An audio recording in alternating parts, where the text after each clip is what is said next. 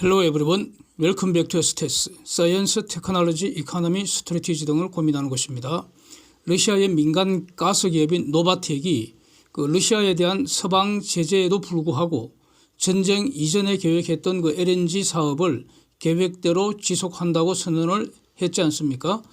23년에 무르만스크와 캄차카에 세계 최대 규모 부유식 LNG 허브를 지금 준비하고 있다고 하고요.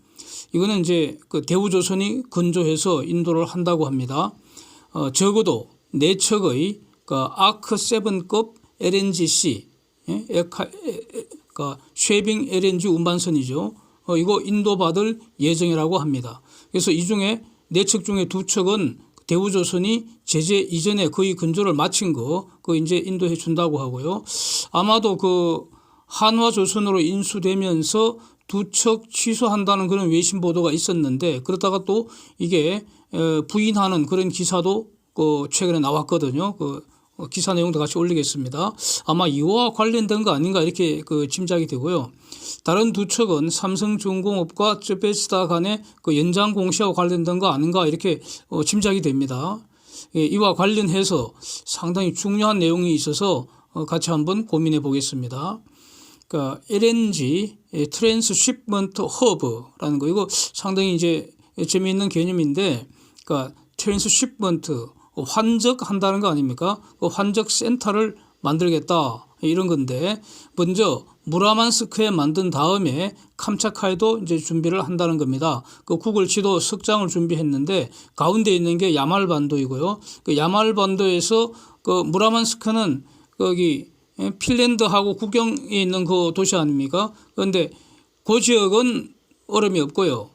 야말반도 앞에는 북극해로서 이제 얼음에 덮여 있다고요. 그러니까 야말반도에서 무라만스크까지는 쉐빙 LNGC, 아크7 LNGC로 옮겨가서 거기다가 저장을 한다는 겁니다. 그 다음에 이제 캄차카는 아시아권이니까 바로 북동 항로를 아크7급을 이제 지나가야 된다는 거죠. 그렇게 하기 위해서는 원자력 추진, 쉐빙 전용선 도움이 필요한 구간도 있고, 이런 거는 이제 이전 영상에서 봤지 않습니까? 그래서 이 LNG 트랜스시프먼트 허브를 먼저 무라만스크에 건조한 다음에 캄차카에 이렇게 순차적으로 23년에 준비한다는 겁니다.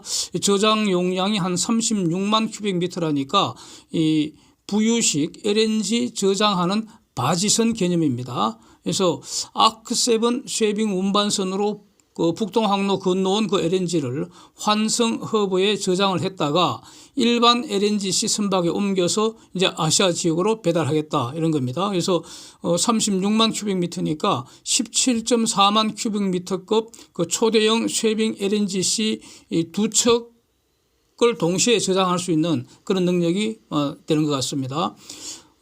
사진 중에서요, 배 3척이 나란히 있는 개념도인데, 저거는 가운데 배가 바로 환적 허브가 될 테고, 왼편이 아크7 쉐빙 LNG 운반선에서 환적 허브로 이제 저장을 한다는 것이고, 우측 일반 LNGC에 옮겨 실어서 이제 아시아로 배달한다. 그런 개념입니다. 그래서 이 LNG 환성 허브가 왜 필요하겠습니까? 북동 항로는 얼어 있기 때문에 아크7 LNGC 꼭 필요하죠. 그런데 이것은 쉐빙 기능, 을 이제 부과한 것이기 때문에 더 비싸고요. 더 무겁고요. 그래서 일반 얼음이 없는 일반 바다에서 운항을 하기에는 에너지 효율은 떨어지겠죠. 그래서 저거는 북동 항로에 최적화된 그런 구조이기 때문에 무라만스크에서 유럽으로 또 캄차카에서 아시아로 가는 그 항로는 얼음이 없잖아요. 그러니까 그곳을 아크7 LNGC를 배달하는 것은 멍청한 짓이라는 겁니다. 효율이 나쁘다는 겁니다. 그래서 야말반도 LNG 생산 공장에서 일단 무라만스크와 캄차카까지는 아크7 LNGC로 배달해서, 그래서 이제 LNG 환성 허브에 저장했다가 여기서 일반 LNGC에 환적을 해서 유럽과 아시아로 배달하는 것이 전체적으로 운송비가 싸고, 그다음에 한정된 아크7 LNGC 운용 효율을 높이는 방안이다.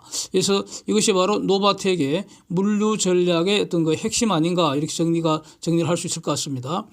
그래서 이제 2척의 거대한 부유식 LNG 환성 바지선, 저거는 대우조선한테 2020년 중반에 발주가 돼서 한 척은 2022년 말에 인도된 것 같고요.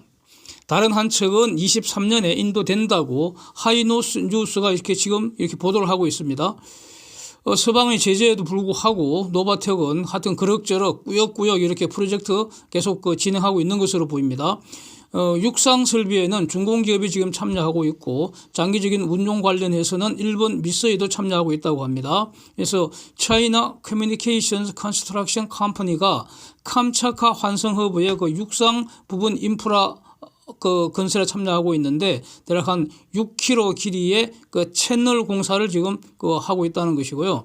일본 운송기업인 미쓰이 OSK 라인 MOL이라고 하죠. MOL 이게 그 캄차카 지역의 49% 지분을 지금 유지하고 있고 저 프로젝트에 일본 국제협력은행 자펜 뱅크 오브 인터내셔널 코퍼레이션 여기 자금이 지금 투입되어 있다고 합니다. 대우조선이 두 척의 아크7 LNGC 건조 중이었는데 그게 이제 제재 전에 거의 그 완성되었던 거 이제 다 건조가 되어 갖고 곧 인도받을 예정이라고 합니다. 이 배는 미쓰이가 사용하게 된다고 이제 보도가 되는 걸 보니까 아마 그 노바텍이 미쓰이한테 용선한다는 것으로 이해가 되고요. 추가로 두 척의 아크7 캐리어즈는 쯔베지다 조선소에서 건조 중인데 그 쯔베지다 조선소 건조 중인 모습을 구글 어스로 찍은 사진이 거기 올라와 있는 겁니다. 그래서 그건 이제 거의 다 건조돼 갖고 저거는 23년에 서비스 개시된다는 건데 지금 쯔베지다 조선소에서 조립하는 거 그 모듈 같은 거 이런 거는 거제도에서 삼성중공업이 만들어서 이제 그 배로 배달해 주는 거 아닙니까? 그렇게 이해가 됩니다. 그래서 이와 관련돼서 삼성중공업이 최근에 23년 7월 30일까지 LNGC 5척 연장 공시 낸 거 이와 관련된 거 아닌가 이렇게 짐작이 됩니다. 예. 이건 뭐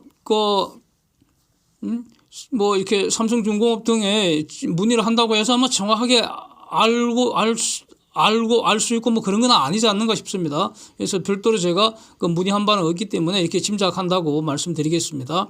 이 외에 그 추가로 8척 그 아크7 LNGC를 쯔베지다에 발주해 두는데 이것도 삼성중공업과 관련이 있을 걸로 저는 짐작을 합니다. 근데 이거는 거의 지금 진척이 없는 상태라는 겁니다. 이것도 맞죠. 지금 진척이 없는데 이게 지금 운명이 매우 불확실하다는 겁니다. 예? 결정적인 이유가 뭐겠습니까? 최근에 프랑스 GTT가 이제 그 러시아 제재에 동참하면서 GTT가 러시아 비즈니스 완전히 철수했지 않습니까? 그럼 뭐 화물창 어떻게 하느냐 이겁니다. 화물창. GTT의 화물창을 더 이상 사용할 수 없는 상황이라는 겁니다. 그래서 이 보도를 보면은 결국 이 선박은 EU의 제재가 적용되지 않는 한국이나 중공이나 일본 등에서 건조될 수도 있을 것이다. 이게 추측 보도입니다. 있을 것이다. 이렇게 보도를 하고 있습니다. 이렇게 추측 보도를 하고 있습니다. 그런데 이 내용은 노바텍 아크7 LNGC 프로젝트 관련해서 삼성중공업과 쯔베지다 간에 블록 기자재 보내는 것과 관련이 있지 않겠습니까? 그래서 GTT 제재하고 화물창 사용 못하는 요 쟁점 요거는 제가 이미 이전에 한 2번가량 영상을 올렸지 않습니까? 한국형 화물창 KC2 사용 제한을 할 필요가 있다. 이 과정에서 한국의 하자담보 책임 제한하는 법 기술이 매우 중요할 거다. 이런 내용으로 한 2번가량 영상을 올렸습니다. 노바텍과의 그 거래는 상당히 한국도 정책적 결단이 지금 필요한 그 영역 아닌가 다시 한번 이렇게 정리를 하겠습니다. 침략국인 러시아를 제재하는 것은 제재하기 위해서 미국 서방과 보조를 맞추는 거 이건 저는 반드시 필요하다고 봅니다. 어떤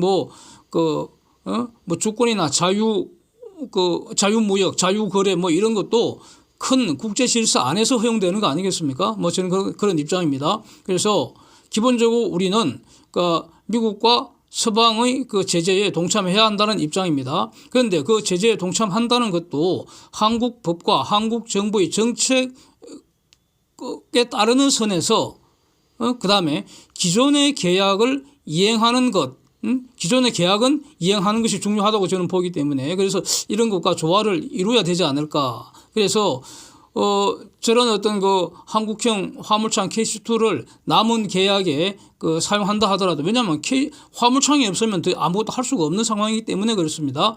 그리고 GTT의 화물창을 대체할 수 있는 것은 현재로서는 그 KC2밖에 없지 않은가, 이렇게 이제 정리가 되기 때문에 그렇습니다. 그래서 기존 계약 이행하는 정도에서만 이제 협조를 하고 신규 계약 관계 맺는 것은 그러니까 피해야 하지 않을까, 저는 이런 의견을 가지고 있습니다. 예. Thanks for watching. See you next.